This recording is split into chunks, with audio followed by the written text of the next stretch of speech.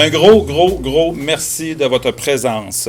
C'est rassurant, c'est touchant, c'est réconfortant de voir qu'il y a des gens qui se déplacent pour venir célébrer cette journée d'inauguration de notre cour extérieure. Un excellent projet.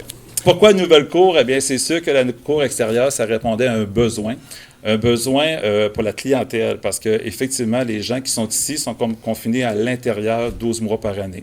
Avec une cour extérieure adaptée, et bien à ce moment-là, les gens peuvent profiter de l'extérieur. Pour ce faire, on avait besoin naturellement d'argent. Donc, une campagne de financement s'est mise en place en collaboration avec la Fondation de la santé du Nord de la Naudière. Et l'objectif de notre projet n'était que de 40 000 $.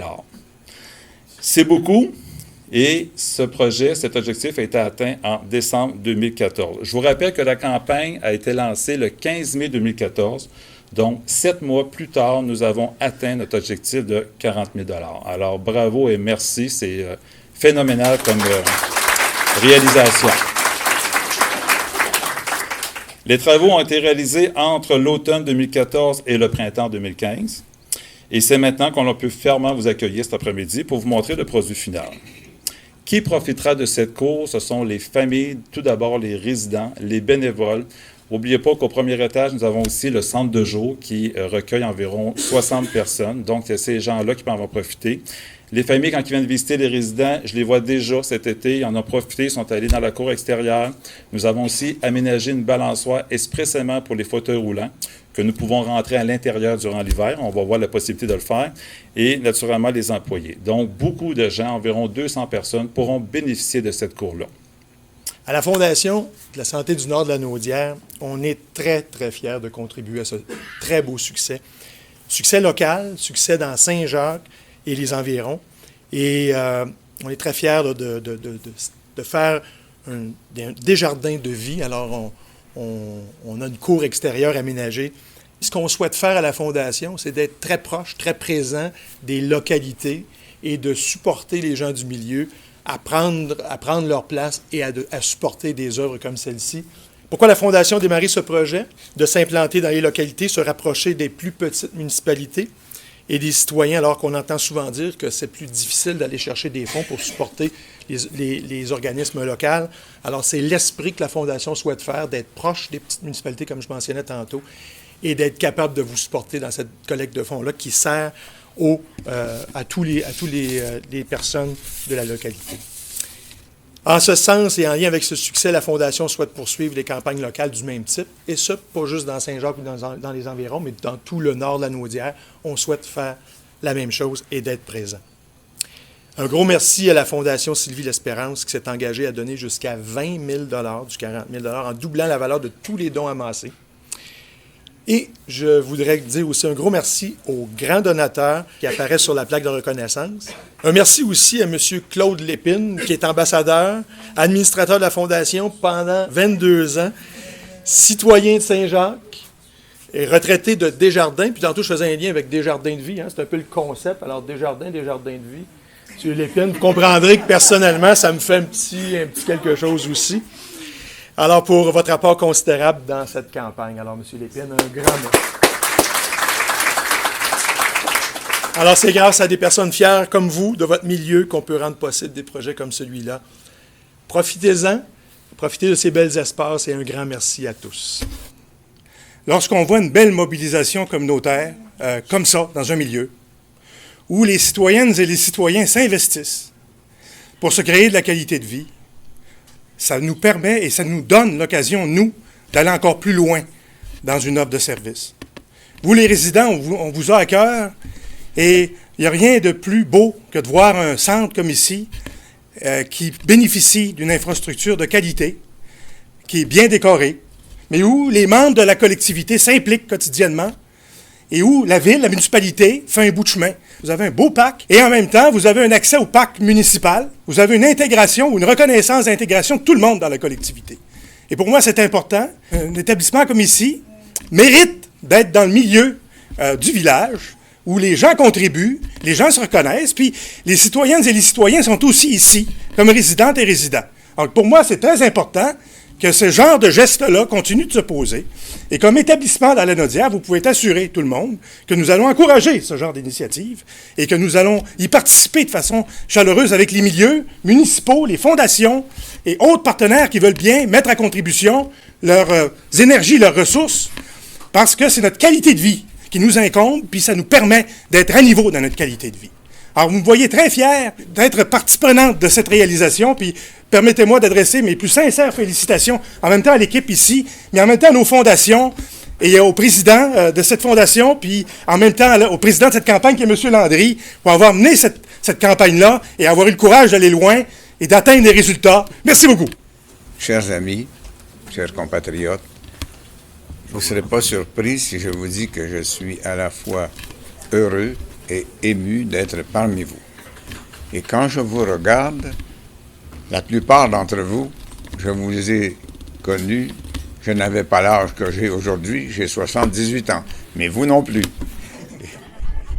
Et on a eu des belles vies, et vous avez l'air en forme, et je suis content d'être particulièrement aussi dans ces lieux qui, parce que je suis venu pendant plusieurs années, tous les dimanches, voir ma vieille mère qui était ici, qui a vécu dans ce foyer jusqu'à l'âge de 100 ans, moins quelques mois. Et quand je venais la voir, elle était en forme. Ça veut dire qu'on peut très bien vieillir dans de bonnes conditions. Mais elle me disait à chaque fois, je pense que le bon Dieu m'a oublié. Et puis, elle a eu la chance de vivre dans ce foyer extraordinaire.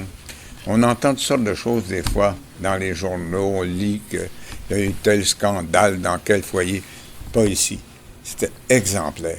Un personnel remarquable qui s'occupait avec humanisme et bonté des hommes et des femmes qui viennent ici à leur retraite et dans leurs derniers jours. Alors, je rends hommage à ces hommes et ces femmes qui ont fait marcher d'une façon extraordinaire l'accueil de cette maison. Je suis content aussi et ému de Saint-Jacques. Je suis né pas loin d'ici. Je marchais pas loin pour aller à l'école le matin. Quand on passait devant l'église, on faisait le salut scout, parce que dans ce temps-là, la religion catholique avait une importance déterminante dans nos vies et dans la vie du Québec. Et c'est dans ce lieu natal, à Saint-Jacques, que j'ai contracté un amour du Québec profond qui a inspiré toute ma vie et qui l'inspire encore. Ce Québec que j'ai connu à Saint-Jacques m'a frappé au cœur dès le début. D'abord parce qu'il est beau, de belles terres agricoles, de belles forêts, avec des érables tant et plus. Je n'ai pas besoin de te faire de dessin. Je connais bien cette question. Alors, beau physiquement, mais beau humainement aussi, Saint-Jacques. Il y avait dans ma jeunesse déjà un mouvement coopératif d'une extrême puissance. Coopérative de beurre, coopérative de tabac, Caisse populaire des Jardins, dirigée à l'époque par Paul Lachapelle et son épouse Bérangère Dupuis. Et ce mouvement coopératif, qui était en agriculture comme dans le système bancaire, est à l'honneur du Québec. La solidarité, l'amitié, non pas l'égoïsme, mais le vivre ensemble. Et j'ai connu ça très tôt à Saint-Jacques, et ça a inspiré toute ma vie politique, et ça l'inspire encore. J'enseigne à des jeunes à l'Université du Québec à Montréal, puis je leur redis, une des grandes vertus du Québec, c'est la solidarité, la coopération. Je rappelle des fois qu'on a eu un malheur dans notre vie collective, la conquête britannique. Mais la conquête britannique, les aristocrates français qui vivaient ici sont retournés en France. Et puis les officiers de l'armée sont retournés en France. Alors on est resté ici, des hommes et des femmes, des paysans, des paysannes, avec la mission de bâtir un pays. Puis on l'a fait d'une façon remarquable. Si la crise américaine, qui a fait des ravages épouvantables en Amérique du Nord et dans le monde entier, n'en a pas fait au Québec comme ailleurs. C'est le Québec qui a été le moins touché en Amérique par cette affreuse crise financière. C'est à cause de notre solidarité. Parce qu'on répartit la richesse. Il n'y a pas de classe sociale. On est tous des Québécois et des Québécoises et on vit ensemble d'une façon exemplaire. Ce qui fait que notre économie, maintenant, est brillante comme on ne se le dit pas assez souvent. On a une économie diversifiée, puissante, haute technologie, industrie, agriculture, qui était déjà extraordinaire dans le temps, mais qui l'est de plus en plus. Alors, on était chanceux.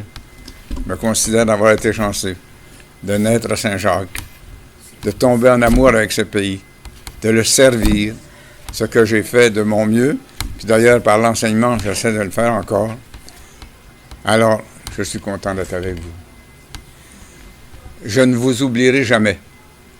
Comme on dit au Québec, il y a longtemps que je t'aime, jamais je ne t'oublierai.